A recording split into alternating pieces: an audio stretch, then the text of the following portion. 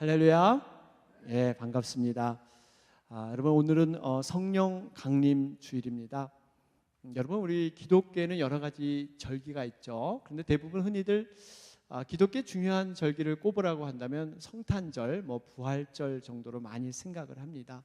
그런데 사실 알려지지 않아서 그렇지 여러분 성령 강림 주일은 그에 못지않게 굉장히 중요한 절기입니다. 왜 이렇게 성령 강림 주일이 중요할까요?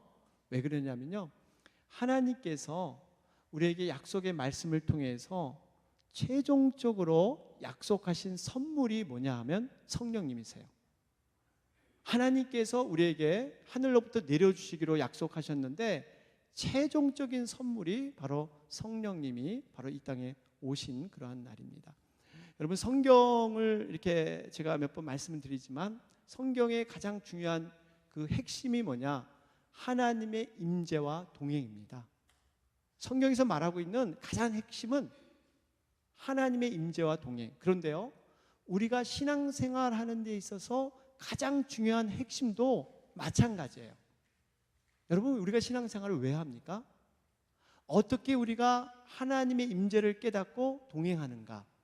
여러분 이것이 우리의 숙제고 우리의 목표입니다. 여러분들이 신앙생활 하는 것은 어떻게 하나님이 우리와 함께 하시고 그분과 동행하는가? 이 성경이 말하는 그 핵심과 신앙생활의 핵심은 동일하다, 이렇게 볼 수가 있는 것입니다. 하나님은 우리를 구원시켜 주셨는데요, 단순히 예수님 믿고 천국에 가는 것으로 구원시켜 주신 게 아니에요. 이 땅에서 어떻게 하면 천국과 같이 이 땅에서 살 것인가 하는 그 축복된 의미로 우리를 구원해 주셨다는 사실이에요. 우리가 이 사실을 분명히 깨달아야 됩니다. 그렇기 때문에 혼자서는 이 구원의 완성을 이루지 못합니다.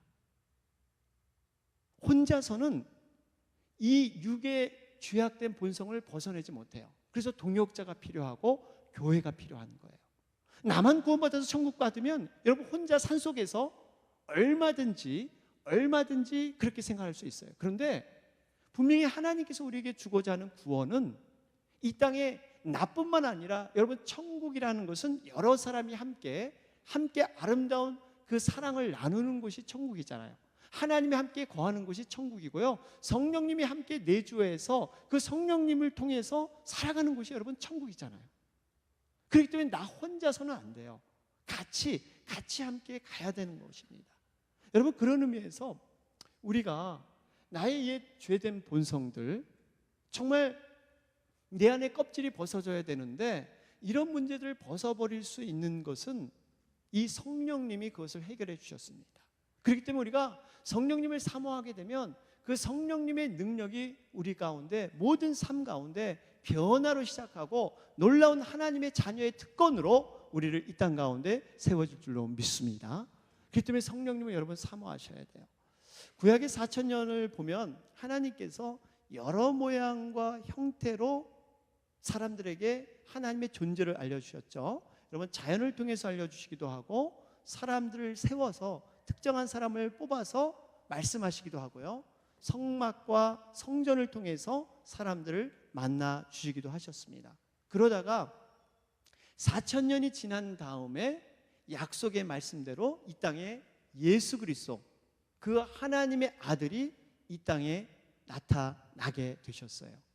그러면서 그 예수 그리스도께서 우리의 죄악을 대신해서 십자가에 달리셔서 모든 죄값을 치러주셨습니다. 완벽한 구원 사역을 다 이루셨어요. 그리고 부활 승천해서 약속대로 더 좋은 보혜사 성령님을 이 땅에 내려 보내주셨습니다. 그래서 그 성령님이 오신 지 지금 2000년이 되었어요. 그래서 지금은 성령 시대입니다. 지금은 성령님이 주관해서 성령님이 사역하는 시대, 그래서 은혜의 시대 이렇게 우리가 같이 표현을 하고 있는데요, 지금은 성령 시대에 우리가 살고 있어요. 과거에 하나님이 직접 일하신 때도 지났고 예수 그리스도를 통해서 일하신 시대도 지났고 이제는 오로지 성령을 통해서 여러분 삼위일체 하나님이 나타내시고 하나님의 능력을 부어주시는 그러한 성령의 시대인 줄로 믿습니다. 그래서 우리가 이 성령을 여러분 성령 시대에 살고 있는 우리들은 성령을 더 사모해야 됩니다. 그러면 이 성령이 오신 날을 기념하는 성령 강림절은 도대체 무슨 의미가 있을까요? 우리에게 어떤 의미가 있을까요? 이렇게 쉽게 설명할 수가 있습니다. 크리스마스는 하나님께서 이 땅에 오신 날이다, 이렇게 설명할 수 있다면, 성령 강림절은 무엇이냐? 하나님께서 친히 사람들의 몸속에 들어오신 날이 여러분 성령 강림절이에요. 성도들의 몸속에 하나님이 들어가신 날이 여러분 성령 강림절입니다. 그리고 동행하기 시작했어요. 여러분, 우리 과거에 좀 이런 비유가 맞을지 모르지만 무속신앙에 보면 이 내림신, 신이 내린다 그러잖아요. 여러분, 신이 내리게 되면 그 사람의 생각과 판단과 모든 것을 이 신이 좌우합니다. 여러분, 어떻게 보면 우리에게 성령님이 오시면요, 이제 내가 사는 게 아니라 그 성령의 영, 하나님의 영이 이제 그 내림을 통해서 그분이 내 인생을 끌고 가는 거예요. 그분이 이제는 살아가는 겁니다. 내 안에 사신 그 예수 그리스도의 영, 내가 사는 것이 아니라 그 영을 통해서 살아가는 것이 바로 성령의 내림의 모습인 것입니다. 예수님께서 말씀하신 대로 오순절날 제자들에게 약속대로 하늘로부터 바람같이 불의 그 강한 혀같이 성령이 각자의 곁에 임하게 됩니다. 이것은 하나님께서 창조하신 모든 것을 재창조하신 그러한 재현된 날이기도 하죠. 여러분, 창세기 2장 7절에 보면 거기에 기록되어 있기를 여호와 하나님이 흙으로 사람을 지으시고 생기를 그 코에 불어넣으시니 사람이 생명이 된지라. 여러분, 사람에게는 성령이 있습니다. 하나님의 생명이 부어졌어요. 그렇기 때문에 다른 동물에게는 하나님의 생기가 없기 때문에 하나님과 교통하지 못해요. 하나님과 대화하지 못합니다. 이 모든 피조물 중에 유일하게 하나님과 대화할 수 있는 바로 성령을 소유하는 것은 이 사람밖에 없습니다. 그러면서 하나님, 그 전지전능하신 그 영이신 하나님과 우리가 대화하며 그분과 교제할 수 있도록 이 땅이 지어졌어요. 그런데 이 사람들이 어떻게 됩니까? 하나님의 말씀에 불순종했어요. 따먹지 말란 그 선악과를 따먹으로 말미암아 영이 죽어버렸어요. 성령이 떠나가셨습니다. 성령이 떠나게 되자 인간의 죄악된 본성이 타락하기 시작해요. 근데 그 타락의 정도가 말로 할 수 없어요. 인간이 타락하면서 제일 먼저 나타나는 증거가 뭐냐면요, 자기 본성, 자기 중심으로 살아가는 거예요. 하나님 중심으로 살아가야 되는데 자기 생각, 자기 판단, 자기 주장, 이런 자기 본성이 강해집니다. 그리고 서로에게 정말 필요를 못 채워주고 미움과 다툼과 시기와 서로 살인하고 이러한 죄들이 관영하게 되는 거예요. 하나님께서 여러분 오죽했으면 처음 인간을 만들 때 그 소감이 뭐였습니까? 보시기에 심히 좋았더라. 전능하시고 완벽하신 하나님이 만들어 놓고 너무 흐뭇해 하셨어요. 완벽하게 만든 그 창조물을 보고 너무 감격을 했습니다. 그러던 하나님이 인간의 죄악된 모습을 보시며 사람의 지으셨음을 한탄하사 마음에 근심했다, 이렇게 표현하고 있어요. 하나님의 마음이 얼마나 안타까웠으면 이런 고백을 여러분 하게 될까요? 결국 하나님께서 어떻게 하세요? 모든 것을 물로 쓸어버리겠다, 모든 것을 다시 시작해야겠다, 그러면서 이 노아의 홍수 심판을 준비하세요. 창세기 6장 3절에 보면 거기에 하나님의 고백이 있잖아요. 여호와께서 이르시되 나의 영이 영원히 사람과 함께하지 아니하리니 이는 그들이 육신이 됨이니라.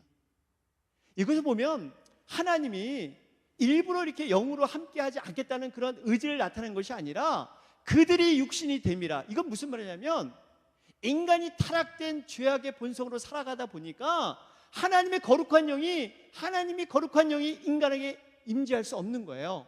하나님이 들어갈 공간이 없는 거예요. 그만큼 인간이 생각만 하면 악한 생각, 모든 죄가 관영했다 그랬어요.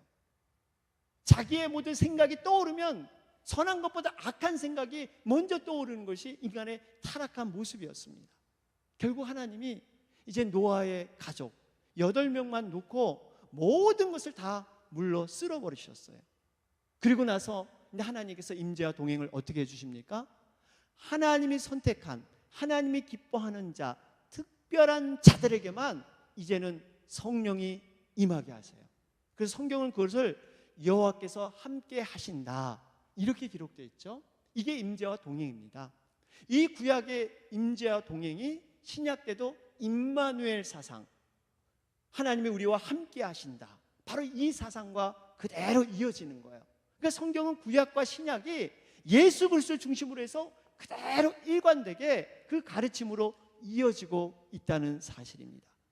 그래서 하나님께서는 구약 때 아브라함에게도 함께 하셨고 이삭과 야곱과 요셉에게도 함께 하셨습니다. 다른 사람이 두려워할 정도로 하나님이 그들과 함께 하셨어요.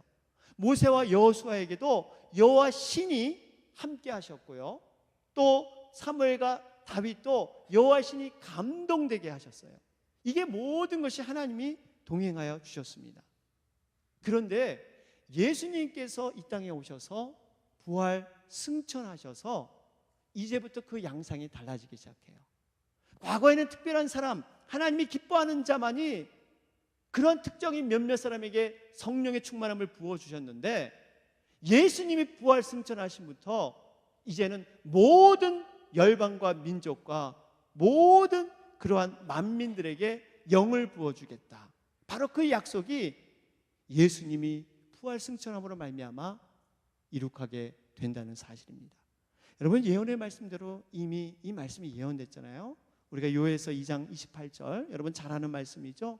한번 같이 읽어보도록 하겠습니다. 시작.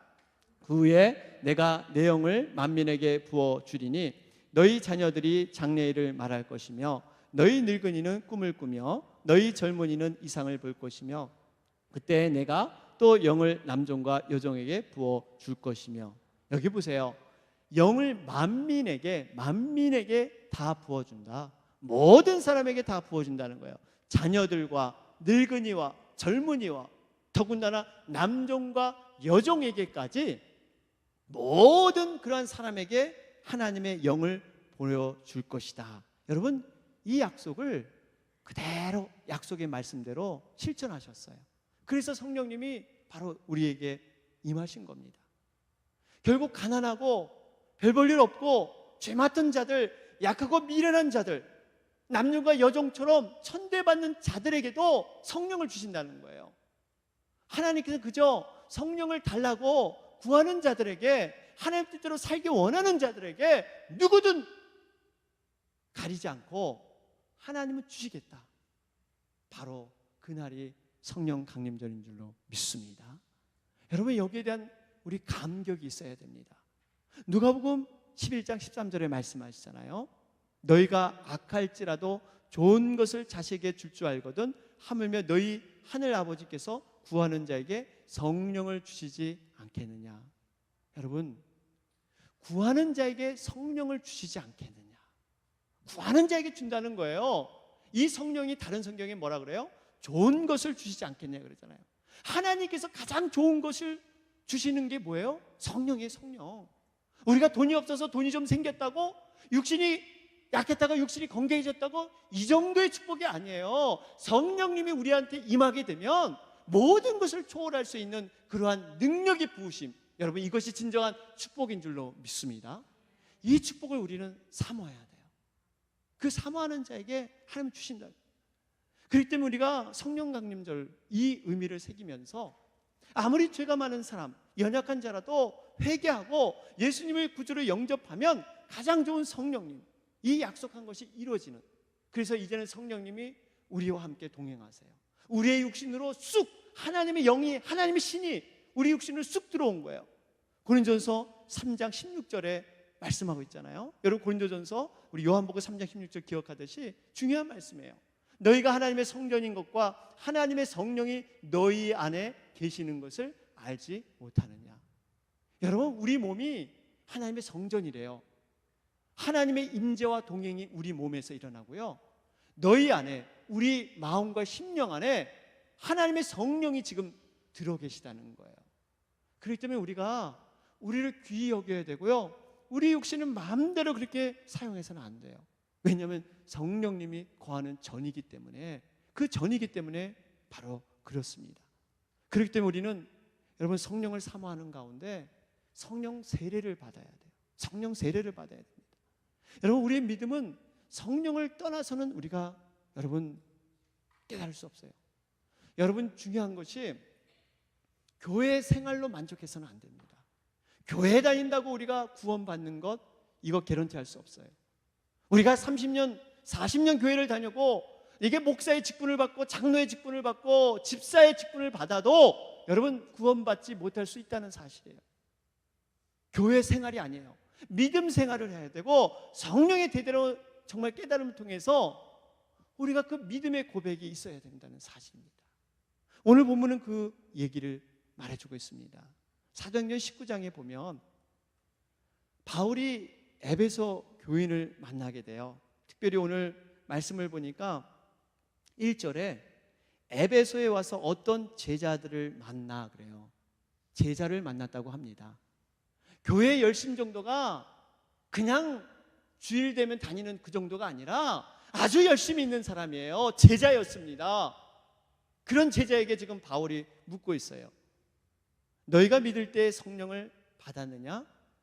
아니라 우리는 성령이 계심도 듣지 못하였노라. 제자인데도 성령이 계심을 듣지 못했다는 거예요. 여러분 우리가 교회를 오래 다녀도요 구원의 확신이 없는 분이 계세요. 예전에 어떤 분이 그런 고백을 하더라고요. 이분은 미국에 유학을 왔습니다. 유학 오니까 외로우니까 형들을 사귀었는데 그 형이랑 굉장히 친하게 지냈대요. 그 형들은 이 신앙생활을 한국부터 해와서 근데 교회를 이렇게 하길 원해서 교회 이 초창기 멤버가 됐습니다. 그런데 자기가 예수님을 믿는지 구원의 확신이 있는지 모르고 그냥 형들이 쫓아서 이게 어울리다 보니까 자기 자신이 어느 순간 개척 멤버가 된 거예요.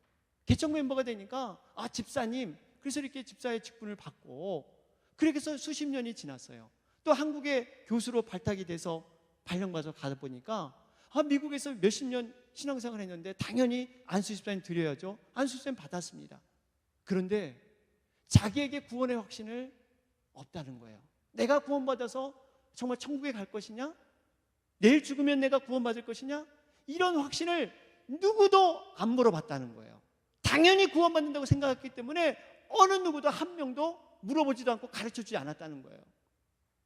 여러분 우리도 그렇게 교회 생활을 할 수 있습니다. 그래서 제가 올해가 가기 전에 제가 그 작업을 한번 하려고 그래요. 우리 장로님부터 정말 이 구원의 확신, 정말 성령의 그 인치심이 있는가를 제가 묻고 확인하려고 그래요. 왜냐하면 제가 책임이 있기 때문에 여러분들에게 그러한 정말 가르침을 줘야 될 책임이 있기 때문에 근데 그런 작업을 하려고 합니다. 어쨌든 간에 여러분 우리가 정말 성령을 떠나서는 우리의 신앙생활을 생각해 볼 수가 없습니다. 이들의 대답이 뭐예요? 우리는 요한의 세례만 받았습니다. 여러분 요한의 세례는 회개의 세례고 죄사함의 세례입니다. 요한의 세례는 생명을 주고 어떠한 그러한 능력을 주고 변화를 주는 그러한 영이 아니에요. 예수님이 베푸실 그 불과 성령의 그러한 세례, 이 세례를 준비하는 것뿐이지 그 세례로는 구원받지 못한다는 것이 분명한 가르침이에요. 어쩌면 우리가 교회 생활을 하는 것은 여기에서 멈춰버리는 거예요. 여러분 우리에게 성령의 그러한 인치심, 성령의 세례를 사모하는 가운데 성령의 세례를 우리가 받아야 될 줄로 믿습니다. 이 성령 세례는 각자 다 다릅니다. 여러분 성령님은 때로는 불처럼 강하게 역사하기도 하고 때로는 바람처럼 조용한 가운데 소리 없이 움직이기도 하고 때로는 물처럼 이 여러분 물은요 어느 공간이든 어느 틈이든 다 들어가는 것이 물입니다. 우리의 모든 삶 속에 성령님이 엄습해서 쑥 들어와서 어느 순간 우리의 마음을 바꿔버리세요. 그러니까 성령님은 불처럼 물처럼 바람처럼 알지도 못하는 가운데 성령 세례를 받는 분이 있어요. 어떤 분은 아주 부흥기 때 뜨겁게 받는 분이 있는가 하면 어떤 분은 말씀을 통해서 보이지 않게 은근히 보이지 않게 성령의 세례를 통해서 믿음의 확신을 갖는 분도 있습니다. 하나님은 다양하게 각자의 성품과 환경과 모든 기질을 사용해서 다양하게 이 성령 세례를 이렇게 주시고 계시는데, 하나님은 그런 다양하신 분이에요. 다양하신 분입니다. 어쨌든 간에 여러분, 우리가 성령 세례를 정말 우리가 확신하고 받아야 돼요. 그러면 우리에게 성령 받는 일이 왜 이렇게 중요합니까? 제가 말씀드렸지만 구원과 영생에 직결되기 때문이에요. 밤에 니고데모가 예수님을 찾아왔습니다.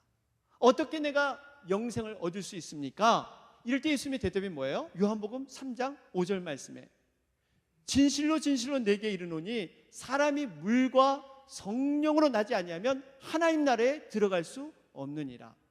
성령으로 나지 않으면 하나님 나라 구원받을 수 없다는 겁니다. 우리가 성령으로 나지 않으면, 성령으로 거듭나지 않으면 구원받지 못한다는 거예요. 뿐만 아니라 여러분, 로마서 8장 9절에도 누구든지 성령이 없으면 그리스도의 사람이 아니니라 그러잖아요.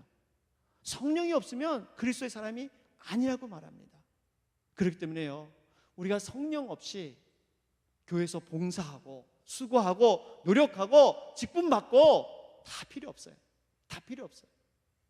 성령의 그러한 인치심과 성령의 받음, 성령의 고백 없으면 이 모든 노력들이 다 필요 없는 거예요. 그럼 내가 성령 받았다는 걸 어떻게 알 수 있을까요? 물론 하나님과 나와의 관계입니다. 그러나 분명히 성령 받았으면 열매로 드러나야 돼요. 열매 없는 성령 받은 건 거짓말입니다. 여러분, 성령의 9가지 열매, 사희화호 자양충원절, 사랑으로 시작해서 절제로 끝나는 9가지 열매. 여러분, 성령이 있는 곳에는요, 부정을 긍정으로 바꾸고요, 이 미운 그러한 원망의 마음이 용서와 이해와 사랑의 마음으로 바뀌게 됩니다. 낙담이 희망으로 바뀌는 게 여러분 성령의 열매인 줄로 믿습니다. 성령의 충만함, 성령을 받았다면 열매가 드러나야 돼요. 열매가 없다면 우리가 성령, 그 나무는 열매를 보고 안다 그랬잖아요. 우리가 이러한 성령을 여러분 사모하셔야 돼요. 여러분, 성령을 정말 사모하십니까? 여러분, 성령 충만함 받기를 원하세요? 여러분, 진지하게 한번 물어보세요. 내가 성령을 얼마나 갈급하고 있는가? 내 삶에서 성령님이 살아계시다는 걸 얼마나 내가 믿고 의존하고 있는가? 여러분, 그러면 성령 충만함을 우리가 어떻게 받았습니까? 성령 충만해지면 어떻게 돼요? 성경에 보면 사도행전 1장에 그것이 잘 나와 있잖아요. 제자들이 실패했습니다. 예루살렘을 떠나가고 싶었어요. 그런데 주님께서 너희들 예루살렘을 떠나지 말고 성령이 올 때까지 기다리라. 성령 없이 혼자 가면 너희들 패하니까 반드시 성령의 그 인재를 깨닫고 너희들 나아가라. 이것이 주님의 말씀이었어요. 예루살렘을 떠나지 말라. 여러분, 제자들은 빨리 피하고 싶고 그 실패한 자리를 떠나고 싶은데 왜 예수님은 짓궂게 예루살렘을 떠나지 말라고 하셨을까요? 예루살렘이 어떤 곳이에요? 바로 예배드리고 기도하는 장소잖아요. 예배와 기도가 있는 곳이 예루살렘이에요. 다시 말해서 제자들, 너희들 예배의 회복이 있고 기도의 회복이 없으면 성령 충만함이 없다는 겁니다. 예배와 기도가 회복되지 않은데 내가 성령 충만하다? 성령과 동행한다? 거짓말이라는 거예요. 반드시 예배 회복과 기도 회복 위에 여러분 성령이 부어지는 줄로 믿습니다. 많은 사람들이 성령 충만함을 사모하면서 예배와 기도 회복은 힘쓰지 않아요. 성령 충만이 다른 곳에 오는 게 아니에요. 예배와 기도하는데 하나님이 오신다니까요. 제자들이 예배 회복에 대해서 묻잖아요. 언제쯤 이스라엘이 회복되겠습니까? 그랬더니 주님이 그러세요. 서두르지 마라. 서두르지 마라. 기도하며 기다리라. 제자들이 순종했습니다. 그들은 기도에 힘썼어요. 마가의 다락방에서 세상의 음성 끊고 세상의 소리 끊고 자기 생각과 자기 판단을 다 내려놓고 그저 마가의 다락방에서 모여서 기도했던 거예요. 하나님의 음성을 듣는데 모든 노력을 기울였습니다. 이게 골방기도예요. 골방기도. 여러분, 골방기도가 왜 필요합니까? 내 소리와 세상의 소리보다 하나님의 음성을 듣는데 용이한 곳이 골방기도예요. 골방기도. 우리가 미국에 와서 영어를 배울 때 여러분 경험해 보잖아요. 여러분, 스피킹이 중요합니까? 히어링이 중요합니까? 말하는 게 중요해요? 듣는 게 중요해요? 여러분 영어를 공부해 보면 뭐가 중요해요? 우리 일부 예배 드렸더니 둘 다 중요하시다 그래요. 맞는 말이에요. 둘 다 중요하는데 한 가지만 선택하라면 여러분 뭐가 더 중요합니까? 예? 예, 듣는 게 중요해요. 듣는 걸 대강 들으면요 손짓 발짓 하면서 눈짓 하면서 어떻게 자기 표현을 합니다. 근데 듣지 못하면 소용없어요. 듣지 못하면 이 의사소통에서 듣는 것이 가장 중요해요. 우리가 기도로, 여러분 기도하는 이유가요 우리가 말하는 데 있지 않습니다. 사실은 듣는 데 있어요. 하나님이 무엇을 원하실까? 이게 골반 기도입니다. 성숙한 기도는 말하는 게 아니라 듣는 거예요. 우리가 실패하는 가장 근본이 뭐냐면 하나님이 말하는 걸 듣기 전에 내가 먼저 말을 한다는 거예요. 이 부분에서 우리는 영락없이 실패를 합니다. 여러분 이렇기 때문에 우리가 정말 골반 기도가 필요해요. 성령의 그 충만함을 원하시면 이제 문 닫고 하나님과 나만 대화하는 여러분 골반 기도로 들어가시길 바랍니다. 이런 기도가 돼서 성령의 음성을 들으면 이제 그 다음 단계로 우리를 인도하시는 성령님이 어떻게 인도하시냐면요 말하게 하세요. 말하게 하세요. 여러분 사도행전 1장을 가만 보세요. 그들이 마가의 다락방에서 뜨겁게 기도했더니 성령님이 내려오시면서 혀가 풀리기 시작합니다. 그 혀를 성령님이 끌고 가는 거예요. 그러면서 그들에게 그 비겁했던 그 제자들이 변화되면서 입술에 복음을 담기 시작해요. 그들이 말하지 않으면 안 될 정도로 그만큼 사모함으로 입술에 복음을 담기 시작합니다. 가는 곳마다 핍박을 줬지만 유대와 이 예루살렘과 유대와 사마리아 땅끝까지 이르러 그들은 핍박받고 고난받았지만 오히려 그 고난이 복음을 얘기하는 결정적인 계기로 하나님은 만들어 버리세요. 하나님은 놀랍죠? 우리에게 고난을 오히려 하나님의 놀라운 사역의 방법으로 하나님은 사용하신다니까요. 인간에게 고난과 고통이었지만 오히려 하나님은 그것을 이용해서 하나님의 놀라운 뜻으로 그 선한 뜻으로 만들어 버리세요. 하나님은 놀라우신 분입니다. 그랬더니 그들이 복음을 전하다 보니까 교회가 생긴 거예요. 교회의 탄생은 성령님이 오셔서 이 교회를 세운 줄로 믿습니다. 교회의 생일날이 바로 오늘입니다. 지상 모든 교회가 성령님이 오셔서 이 교회가 시작된 거예요. 그럼 교회가 뭐 하는 겁니까? 성령님의 그 뜻을 이루어드리는 것, 성령님의 원하심을 이루어드리는 것이 여러분 교회가 돼야 될 줄로 믿습니다. 이것이 교회가 해야 될 일이에요.